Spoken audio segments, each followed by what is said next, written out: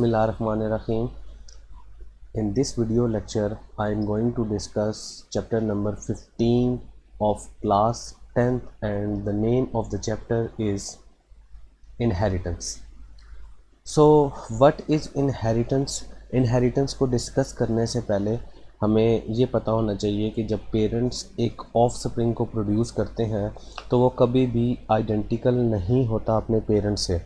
Rather उसकी कुछ खसूसियात होती हैं जो उसके पेरेंट्स से क्या करती हैं, मैच करती हैं। यानी कि जब पेरेंट्स से ऑफ स्प्रिंग प्रोड्यूस होता है तो वो एग्जैक्ट उसकी क्लोन नहीं होता, रादर वो उसकी एक उसके अंदर कुछ ट्रेट्स आती हैं या उसके अंदर कुछ करेक्टरिस्टिक्स आती हैं जो उसकी पेरेंट्स से मुंतकिल होती हैं। जैसे कि हाइट हो गई, कलर ऑफ द आइज़ हो गया, ठीक है, इंटेलिजेंस हो गई।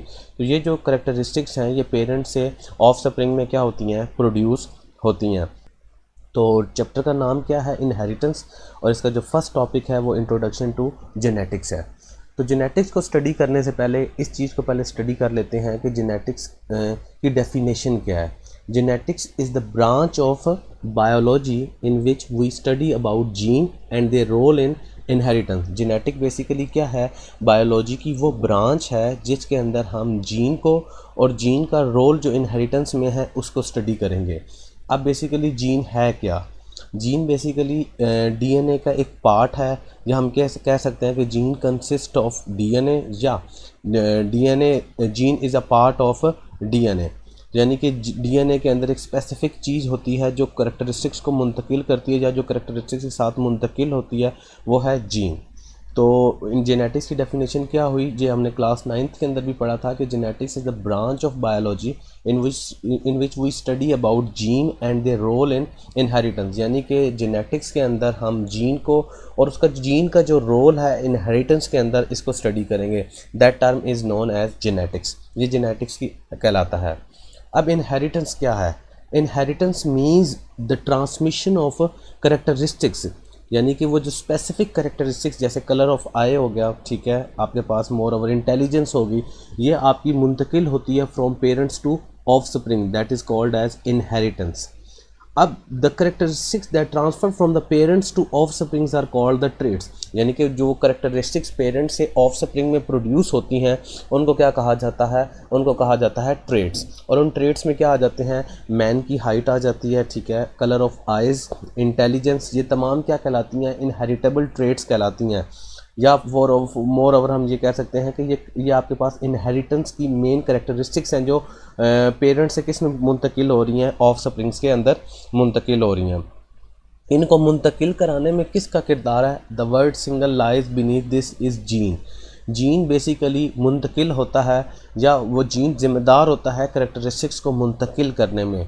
दोबारा मैं इस चीज़ को रिपीट करता हूँ कि जब पेरेंट्स से ऑफ स्प्रिंग प्रोड्यूस होते हैं तो वो ऑफ स्प्रिंग्स जो होते हैं वो एग्जैक्ट पेरेंट्स से मैच नहीं करते, रादर उनकी कुछ करेक्टरिस्टिक्स होती हैं जो पेरेंट्स से मैच करती हैं। जैसे हाइट हो सकती है, ठीक है, more over colour of eyes हो सकती है, इंटेलिजेंस हो सकती है, हेयर स्टाइल हो सकता है, ठीक है। तो ये चीज़ें पेरेंट्स से क्या करती हैं, मैच करती हैं। अब इन चीज़ों को स्टडी करने के लिए, इन ट्रेड्स को स्टडी करने के लिए हमें जेनेटिक्स को पढ़ना पड़ेगा। जेनेटिक्स है क्या? जेनेटिक्स वो ब्रांच ऑफ बायोलॉजी है जिसके अंदर हम जीन्स और उसका जो रोल है इनहेरिटेंस के अंदर, यानी कि करेक्टरिस्टिक्स को मुंतकिल करने के अंदर जीन का जो रोल है उस रोल को स्टडी करते हैं। और इनहेरिटेंस क्या है? Basically inheritance transmission of characteristics है from parents to offspring. यानी inheritance means the transmission of characteristics from parents to offspring. और करेक्टरिस्टिक्स जो ट्रांसफ़र होती हैं पेरेंट्स से ऑफ स्प्रिंग्स में उनको क्या कहा जाता है? उनको कहा जाता है ट्रेट्स। उनको क्या कहा जाता है? ट्रेट्स। जैसे मैन के अंदर हाइट हो सकती है, कलर ऑफ आइज़ हो सकती है, इंटेलिजेंस हो सकती है, ये तमाम क्या हैं आपके पास, इनहेरिटेबल ट्रेट्स हैं। अब जो जीन है बेसिकली, जहाँ पे वर्ड जीन बेसिकली मैं इन पे ज़्यादा इम्फेसाइज कर रहा हूँ, तो जीन बेसिकली पार्ट है डीएनए का। जीन किसका पार्ट है? डीएनए का। और डीएनए क्रोमोसोम्स के अंदर मौजूद होता है। अब क्रोमोसोम्स क्या होते हैं? क्रोमोसोम्स किस कंपोजिशन होती है? क्रोमोसोम्स दो चीज़ों से मिलकर बनते हैं, एक डीएनए होता है और एक प्रोटीन होता है। और ये प्रोटीन किस तरह की प्रोटीन होती है? ये प्रोटीन हिस्टोन प्रोटीन होती है। दोबारा मैं इस चीज़ को रिपीट कर देता हूँ कि जीन जो है आपके पास पार्ट होता है डीएनए का, और डीएनए मौजूद होता है क्रोमोसोम्स के अंदर, और जो क्रोमोसोम्स होते हैं बेसिकली डीएनए और प्रोटीन से मिलकर बने होते हैं, और प्रोटीन जो बेसिकली आपके पास होती है वो प्रोटीन हिस्टोन होती है, और डीएनए क्या है, पॉलीन्यूक्लियोटाइड डबल स्ट्रैंडेड मॉलिक्यूल है, पॉलीन्यूक्लियोटाइड डबल स्ट्रैंडेड मॉलिक्यूल है। तो यहाँ तक तो ये बात क्लियर होगी। अब जीन बेसिकली करता क्या है, जीन करता क्या है, और जीन किस तरह डीएनए में प्रेजेंट होता है, और उसका मेजर फंक्शन क्या है, वो क्या करता है। इसी तरह फर्दर हम ये डिस्कस करते हैं कि रोल ऑफ जीन है क्या। उसको डिस्कस करने से पहले कुछ और चीज़ों को देख लेते हैं। जैसा कि पेरेंट्स जो होते हैं, पेरेंट्स पास करते हैं करेक्टरिस्टिक्स को to their young one through gene transmission. मैं इस चीज़ को अभी डिस्कस कर चुका हूँ कि पेरेंट्स जब अपनी करेक्टरिस्टिक्स को ट्रांसफ़र करते हैं तो उनमें मेजर रोल किसका होता है, जीन ट्रांसमिशन का होता है। बेसिकली जीन्स के अंदर करेक्टरिस्टिक्स मौजूद होती हैं, और जीन ही ट्रांसफ़र होता है इन फॉर्म ऑफ करेक्टरिस्टिक्स। और equal number of chromosomes from each parent combine होते हैं ड्यूरिंग फर्टिलाइजेशन के अंदर, और ये क्रोमोसोम्स ही बेसिकली उस कैरी करते हैं द यूनिट ऑफ इनहेरिटेंस, जिसको क्या कहा जाता है, जीन। क्योंकि जीन जो है बेसिकली डीएनए में मौजूद है, डीएनए का पार्ट है, और डीएनए क्रोमोसोम्स में मौजूद होता है। तो बेसिकली क्रोमोसोम ही कैरी कर रहा है इनहेरिटेंस का यूनिट, जिसे क्या कहा जाता है, जीन। क्योंकि हर बॉडी का, जैसे नॉर्मली हम बात करें जिस तरह पूरी ह्यूमन बॉडी है, इसका बेसिक यूनिट सेल है, किडनी का नेफ्रॉन है। इस तरह आपके पास जो क्रोमोसोम है उसका जो बेसिक यूनिट है वो आप ये कह सकते हैं जीन है। तो जीन बेसिकली क्रोमोसोम डीएनए के पार्ट होता है, और डीएनए मौजूद होता है क्रोमोसोम में। तो बेसिकली इनको कौन कैरी कर रहा है, क्रोमोसोम। और during fertilisation equal number of chromosome parents से क्या होते हैं, ट्रांसफ़र होते हैं, ठीक है, और फर्टिलाइजेशन होती है, और पेरेंट्स फिर करेक्टरिस्टिक्स को ट्रांसफ़र करते हैं थ्रू देयर जीन ट्रांसमिशन। इस बात को मैं दोबारा रिवाइज़ कर देता हूँ। बेसिकली चैप्टर का इंट्रोडक्शन है, तो इस इंट्रोडक्टरी फेज़ के अंदर आपको सारी बातों का पता होना चाहिए। मैं दोबारा रिपीट कर देता हूँ। पेरेंट्स से जब ऑफ स्प्रिंग प्रोड्यूस होते हैं तो वो of spring exact duplicate copy नहीं होते पेरेंट्स के, रादर उनकी कुछ करेक्टरिस्टिक्स होती हैं जो पेरेंट्स से क्या करती हैं, मैच करती हैं। जैसे कलर हो गया, हाइट स्किन कलर हो गया, कलर ऑफ आइज़ हो गया, मैन हाइट होगी, हेयर स्टाइल हो गया, ठीक है, इंटेलिजेंस होगी। तो ये बेसिकली स्पेसिफिक ट्रेड्स हैं जो पेरेंट्स से ऑफ स्प्रिंग में क्या होती हैं, ड्यूरिंग फर्टिलाइजेशन ट्रांसफ़र होती हैं। अब इनमें किसका किरदार होता है, बेसिकली मेन किरदार इन करेक्टरिस्टिक्स को ट्रांसफ़र करने में जीन का होता है। अब जीन टर्म जेनेटिक्स से निकला है, और जेनेटिक्स की डेफिनेशन हम 9th क्लास में पढ़ चुके हैं कि genetics branch of biology in which we study about gene and their role in inheritance. की जीन को हम स्टडी करेंगे जेनेटिक्स के अंदर, और इनहेरिटेंस के अंदर कैसे जीन एक करेक्टरिस्टिक्स को मुंतकिल करने का जिम्मेदार होता है, इस बात को स्टडी करेंगे। और इनहेरिटेंस है क्या, इनहेरिटेंस बेसिकली करेक्टरिस्टिक्स को मुंतकिल करना from parents to of springs, और जो करेक्टरिस्टिक्स ट्रांसफ़र हो रही हैं पेरेंट्स से ऑफ स्प्रिंग्स को, उनको ट्रेड्स कहा जाता है। मैन हाइट होगी, कलर ऑफ आइज़ हो गया, कलर ऑफ स्किन हो गया, इंटेलिजेंस होगी, ये तमाम इनहेरिटेबल क्या है आपके पास ट्रेड्स हैं। तो जब पेरेंट्स कैरेक्टरिस्टिक्स अपने यंग वन को ट्रांसफ़र करते हैं तो वो थ्रू क्या ट्रांसफ़र करते हैं, जीन ट्रांसमिशन करते हैं। और equal number of chromosome parents से कंबाइन होते हैं, ठीक है, और फर्टिलाइजेशन होती है, और chromosome he basically unit of inheritance को कैरी करता है, जिसको क्या कहा जाता है, जीन कहा जाता है। अब डिस्कस करते हैं रोल ऑफ जीन है क्या। रोल ऑफ जीन है क्या, इस बात को मैं पहले भी डिस्कस कर चुका हूँ। मैंने बताया कि जीन जो है बेसिकली पार्ट ऑफ डीएनए है। जीन बेसिकली पार्ट ऑफ क्या है, डीएनए है। अब gene basically part of DNA अगर है तो डीएनए किस में मौजूद है, क्रोमोसोम के अंदर मौजूद है। डीएनए किसके अंदर मौजूद है, क्रोमोसोम्स के अंदर मौजूद है। अब क्रोमोसोम दो चीज़ों से मिलकर बना है, एक डीएनए से और एक प्रोटीन से। तो पहले हम अलग-अलग बात कर लेते हैं प्रोटीन की और डीएनए की। तो पहले अगर हम बात करते हैं प्रोटीन की, तो प्रोटीन बेसिकली क्रोमोसोम्स के अंदर जो प्रोटीन मौजूद होता है वो बेसिकली जो प्रोटीन होता है वो हिस्टोन प्रोटीन होता है। बेसिकली कौन सा प्रोटीन होता है, हिस्टोन प्रोटीन होता है। और डीएनए होता है क्रोमोसोम्स के अंदर, डीएनए के अंदर मौजूद जीन जो होता है, जो इसका पार्ट होता है, वो बेसिकली सिंथेसाइज करता है या प्रोड्यूस करता है स्पेसिफिक टाइप ऑफ प्रोटीन, या प्रोड्यूस करता है स्पेसिफिक टाइप ऑफ प्रोटीन। अब दो प्रोटीन जो होता है वो दो तरह का होता है, एक फंक्शनल प्रोटीन होता है, एक स्ट्रक्चरल प्रोटीन होता है। जो फंक्शनल प्रोटीन होता है वो स्किन में हो गया आपके पास, ठीक है, हेयर्स में हो गया, मसल्स में मौजूद होता है। जब बॉडी को ड्राई कर दें, उनसे बोन्स निकाल दें, वाटर निकाल दें तो ड्राई बॉडी का 50% जो वेट होता है वो प्रोटीन ही होता है। और फंक्शनल प्रोटीन क्या होते हैं? फंक्शनल प्रोटीन जो होते हैं आपके पास वो एंजाइम्स होते हैं। तो बेसिकली जो जीन होता है वो प्रोड्यूस करता है स्पेसिफिक टाइप ऑफ प्रोटीन, और प्रोटीन किस से मिलकर बने होते हैं? अमीनो एसिड से मिलकर बने होते हैं। और अमीनो एसिड का सीक्वेंस बनाने का ज़िम्मेदार कौन है? जीन है। जीन बेसिकली एक ऑर्डर देता है कि प्रोटीन के अंदर प्रेजेंट जो अमीनो एसिड्स हैं इन एक स्पेसिफिक सीक्वेंस में अलाइन हो जाएं। तो वो अलाइनमेंट की जो पोजीशनिंग है वो जीन फराहम करता है। मिसाल के तौर पे राइबोसोम्स के अंदर, राइबोसोम्स क्या होते हैं? बेसिकली वो हेल्प करते हैं प्रोटीन बनाने में, यानी हेल्प करते हैं, पहले वो कंबाइन करते हैं अमीनो एसिड्स को सेल के अंदर और क्या बनाते हैं? प्रोटीन्स बनाते हैं। अब ये जीन अगर इन केस, अब जीन बेसिकली प्रोटीन बनाने का ज़िम्मेदार है और प्रोटीन्स को स्पेसिफिक ऑर्डर में अलाइन करने का ज़िम्मेदार है, यानी अमीनो एसिड्स को स्पेसिफिक अरेंजमेंट में अलाइन करने का ज़िम्मेदार है, और उससे प्रोटीन अगर बन रही है तो वो जो प्रोटीन होती है बेसिकली अगर उसकी फंक्शनिंग डिस्टर्ब हो जाए, कैसे फॉर एग्जांपल अगर हम बात करते हैं इन ह्यूमंस के अंदर, तो ह्यूमंस के अंदर हेमोग्लोबिन के अंदर 574 अमीनो एसिड्स होते हैं। 574 अमीनो एसिड होते हैं। अब जो अमीनो एसिड्स होते हैं वो दो तरह से लिंकेज में आते हैं, एक अल्फ़ा लिंकेज में आते हैं और एक बीटा में। तो अमीनो एसिड्स के जो हेमोग्लोबिन होता है उसके अंदर 2 अल्फ़ा चेन्स होती हैं और 2 बीटा चेन्स होती हैं। 2 अल्फ़ा चेन के अंदर 141 और 141 अमीनो एसिड्स होते हैं, और बीटा चेन के अंदर 146 और 146 अमीनो एसिड होते हैं, और एज अ होल टोटल वो 574 अमीनो एसिड बनाते हैं एक हेमोग्लोबिन के अंदर।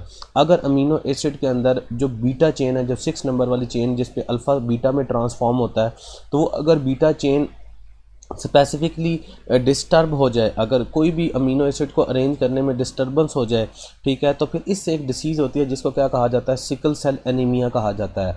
अब बेसिकली ये प्रोटीन की गलती नहीं है कि उसने अमीनो एसिड को सही तरीके से अरेंज नहीं करवाया, ना कि अमीनो एसिड की इटसेल्फ ये गलती है कि उसने प्रोटीन्स को सही तरीके से अरेंज, बल्कि ये जीन की ही गलती है कि जीन ने एक करेक्ट सीक्वेंस का ऑर्डर नहीं दिया, जिसकी वजह से जो आपके पास बीटा चेन है वो प्रॉपरली अरेंज नहीं हो सकी और एक डिसीज़ क्रिएट होगी। एक अमीनो एसिड की डिस्ट्रप्शन की वजह से या प्रॉपर अलाइनमेंट ना होने की वजह से 574 अमीनो एसिड्स की फंक्शनिंग डिस्टर्ब होगी। तो ये गलती जीन की है कि जीन ने करेक्ट सीक्वेंस प्रोवाइड नहीं किया। तो ये बेसिकली जीन का एक फंक्शन है कि जीन स्पेसिफिक प्रोटीन प्रोड्यूस करता है, या जीन जो प्रोटीन प्रोड्यूस करता है प्रोटीन अमीनो एसिड से मिलकर बने होते हैं, और अमीनो एसिड को वेल फंक्शनिंग ऑर्डर में अरेंज करना जिससे वो प्रॉपर फंक्शन कर सकें, तो ये जीन की जिम्मेदारी है। और जीन किसका पार्ट है? डीएनए का पार्ट है। अब डीएनए क्या होता है? DNA polynucleotide double stranded molecule है। फर्दर मैंने बताया कि डीएनए मौजूद होता है क्रोमोसोम्स के अंदर, और क्रोमोसोम्स डीएनए और प्रोटीन का पार्ट होते हैं। और प्रोटीन कौन सा पार्ट होते हैं? प्रोटीन हिस्टोन का पार्ट होते हैं। प्रोटीन बेसिकली हिस्टोन्स होते हैं जो क्रोमोसोम्स के अंदर प्रेजेंट होते हैं। अब डीएनए पे अगर हम बात करते हैं, डीएनए से पहले थोड़ा सा क्रोमोसोम्स के ऊपर बात कर लेते हैं। ये तो हम बात डिस्कस कर चुके हैं कि जो जीन होता है वो पार्ट ऑफ डीएनए है, और मैंने बता दिया जीन का क्या फंक्शन होता है। ये they contain specific instructions for protein synthesis. जो प्रोटीन की सिंथेसिस हो रही है, बेसिकली जो प्रोटीन को वो सिंथेसाइज कर रहे हैं उसके लिए वो स्पेसिफिक इंस्ट्रक्शंस को कैरी करते हैं। राइबोसोम्स तो बेसिकली प्रोटीन बना रहा है, लेकिन जीन जो है बेसिकली वो स्पेसिफिक सिंथेसाइजेशन प्रोवाइड कर रहा है कि करेक्ट सीक्वेंस में कैसे एक प्रोटीन अमीनो एसिड्स को हमने क्या करना है? अरेंज करना है, यानी कि टू प्रोड्यूस स्पेसिफिक वो प्रोटीन बेसिकली क्या कर रहा है? प्रोड्यूस कर रहा है। अच्छा, मोर ओवर हम बात कर रहे थे कि क्रोमोसोम्स के ऊपर बात कर रहे थे, तो बॉडी के अंदर एक कांस्टेंट नंबर ऑफ क्रोमोसोम्स होते हैं, दैट इज 46, और उनका जो पेयर होता है 2 क्रोमोसोम्स का, उनको होमोलोगस क्रोमोसोम्स कहा जाता है। तो in human body 23 pairs of homologous chromosomes होते हैं, और फॉर अ टोटल 46 क्रोमोसोम्स होते हैं, और होमोलोगस पेयर फॉर्म में जो क्रोमोसोम्स आ जाते हैं वो 23 पेयर्स आ जाते हैं। अब बात करते हैं रोल ऑफ जीन के अंदर। फर्दर जब म्यूसिस हो रही होती है आपके पास, तो क्रोमोसोम्स सेपरेट होते हैं और गैमेट्स के अंदर क्या हो जाते हैं? इंटर हो जाते हैं। ये हम 9th क्लास के अंदर सेल साइकिल के चैप्टर के अंदर पढ़ चुके हैं। और क्रोमोसोम्स किससे मिलकर बना होता है? क्रोमोसोम मिलकर बना होता है क्रोमैटिन मटीरियल का, जिन्हें क्रोमैटिन का मिलकर बना होता है। क्रोमैटिन बेसिकली क्या होते हैं? ये कम्प्लेक्स मटीरियल होता है, और ये बात हो चुकी है, जो क्रोमोसोम्स होते हैं वो डीएनए और प्रोटीन से मिलकर बने होते हैं। तो क्रोमोसोम होता है वो 2 चीज़ों से मिलकर बना होता है, एक डीएनए होता है जो कि और दूसरा प्रोटीन होता है। और जीन जो होता है बेसिकली डीएनए का ही पार्ट होता है, तो इसको कंफ्यूज नहीं करना। क्रोमोसोम्स के अंदर जो प्रोटीन होते हैं बेसिकली नंबर 1 वो हिस्टोन प्रोटीन होते हैं। यहाँ तक ये बात क्लियर होगी। अब प्रोटीन दो तरह के होते हैं, एक स्ट्रक्चरल होते हैं और एक फंक्शनल होते हैं। Structural protein skin, hair, muscles वगैरह में और नेल्स वगैरह में मौजूद होते हैं। बॉडी के ड्राई करते हैं तो ड्राई वेट का 50% जो होता है वो बेसिकली प्रोटीन ही होते हैं। और फंक्शनल प्रोटीन क्या होते हैं, वो बेसिकली एंजाइम्स होते हैं। यहाँ तक बात क्लियर होगी। अब बात करते हैं डीएनए के ऊपर। डीएनए जीन जो किसका पार्ट है, डीएनए का पार्ट है। तो डीएनए के अंदर पहले जीन पे बात कर लेते हैं क्योंकि बेसिकली उसका रिलेशन प्रोटीन के साथ है। तो जीन बेसिकली क्या करता है, जीन एक स्पेसिफिक इंस्ट्रक्शंस प्रोवाइड करता है प्रोटीन फॉर्मेशन के लिए, और मोर ओवर ये कि उनकी अलाइनमेंट और उनकी सीक्वेंस के लिए इंस्ट्रक्शंस प्रोवाइड करता है। सेल के अंदर राइबोसोम्स वो ऑर्गेनली होते हैं जो बेसिकली जिम्मेदार होते हैं अमाइनो एसिड्स को अरेंज करके प्रोटीन बनाने के लिए। अब अगर बॉडी की फंक्शनिंग के अंदर प्रोटीन बनाने की फॉर्मेशन के अंदर कोई भी गलती हो जाती है, वो बेसिकली गलती जीन की ही होगी क्योंकि जीन ही बेसिकली वो इंस्ट्रक्शंस प्रोवाइड कर रहा है कि जिससे क्या बननी है, एक प्रोटीन बननी है। और मैंने इसका एक डीमेरिट भी बताया कि अगर जीन से गलती होती है तो किस तरह की गलती हो सकती है। जैसे ह्यूमन बॉडी के अंदर हेमोग्लोबिन है, तो हेमोग्लोबिन 574 अमीनो एसिड से मिलकर बनी है, जिसमें 2 अल्फा चेन्स होती हैं और 2 बीटा चेन्स होती हैं। और 2 अल्फा चेन्स के अंदर 141 अमीनो एसिड होते हैं और 2 बीटा चेन के अंदर 146 और 146 अमीनो एसिड्स होते हैं। तो जो बीटा चेन होती है उसके जो 6 नंबर पे चेन लगी होती है, ठीक है, बीटा में, ठीक है, अगर उसके अंदर थोड़ी सी भी डिस्ट्रप्शन हो जाए क्या, और थोड़ी सी सीक्वेंस के अंदर डिस्टर्बेंस हो जाए बीटा चेन के अंदर, तो एक डिसीज़ होती है जिसको सिकल सेल एनीमिया कहते हैं, जिससे एक अमीनो एसिड की गलती की वजह से पूरा का पूरा 574 अमीनो एसिड की फंक्शंस क्या हो गए हैं, बिल्कुल ख़त्म हो गए हैं। तो ये जीन की ही गलती थी कि उसने करेक्ट सीक्वेंस प्रोवाइड नहीं किया था प्रोटीन की फॉर्मेशन के लिए जो राइबोसोम्स के अंदर हो रहे थे। अब बेसिकली यहाँ तक ये बात डिस्कस हमने कर ली। अब मोर ओवर ये कि हमने बात कर ली प्रोटीन के ऊपर भी, और डीएनए जीन जिसका पार्ट जीन जो डीएनए का पार्ट है उसको भी डिस्कस कर लिया। तो अब थोड़ा सा डीएनए को डिस्कस कर लेते हैं। डीएनए की फुल फॉर्म क्या है? DNA basically polynucleotide double stranded molecule है। डीएनए क्या है आपके पास? पॉलीन्यूक्लियोटाइड डबल स्ट्रैंडेड मॉलिक्यूल है। तो अब डीएनए के अंदर बेसिकली नॉर्मली जो होती है ना बेसिस, वो नॉर्मली 3 तरह की कैटेगरीज होती हैं। आप ये डीएनए के लिए हम यूज़ करते हैं, एक यूज़ करते हैं न्यूक्लियोटाइड, एक यूज़ करते हैं न्यूक्लियोसाइड और एक यूज़ करते हैं न्यूक्लियोसोम। अब जो न्यूक्लियोटाइड होता है वो आपके पास 3 चीज़ों से मिलकर बना होता है। एक नाइट्रोजीनियस बेस होती है और नाइट्रोजीनियस बेसिस 4 होती हैं, ये आपको पता होना चाहिए। साइटोसिन, गवानीन और आपके पास थायामीन और एडेनिन, ये 4 बेसिस होती हैं nitrogenous basis. 5 carbon sugar ribose और तीसरा फॉस्फेट ग्रुप। तो बेसिकली ये 3 चीज़ें जब कंबाइन होती हैं तो इसको न्यूक्लियोटाइड कहा जाता है। न्यूक्लियोटाइड के अंदर 3 चीज़ें मेजर जो अपना रोल प्ले करती हैं न्यूक्लियोटाइड की फॉर्मेशन में, nitrogenous base, 5 carbon sugar ribose और फॉस्फेट ग्रुप, ये 3 चीज़ें मिलकर न्यूक्लियोटाइड बनाती हैं। अगर पहली 2 चीज़ें नाइट्रोजीनियस बेस और 5 कार्बन शुगर राइबोज शामिल हो तो ये आपके पास बनाते हैं न्यूक्लियोसाइड बनाते हैं। अब यानी कि न्यूक्लियोटाइड के अंदर ही पहली 2 चीज़ें नाइट्रोजीनियस बेस और 5 कार्बन शुगर राइबोज की मौजूदगी की वजह से ये न्यूक्लियोटाइड इटसेल्फ एक न्यूक्लियोसाइड भी है।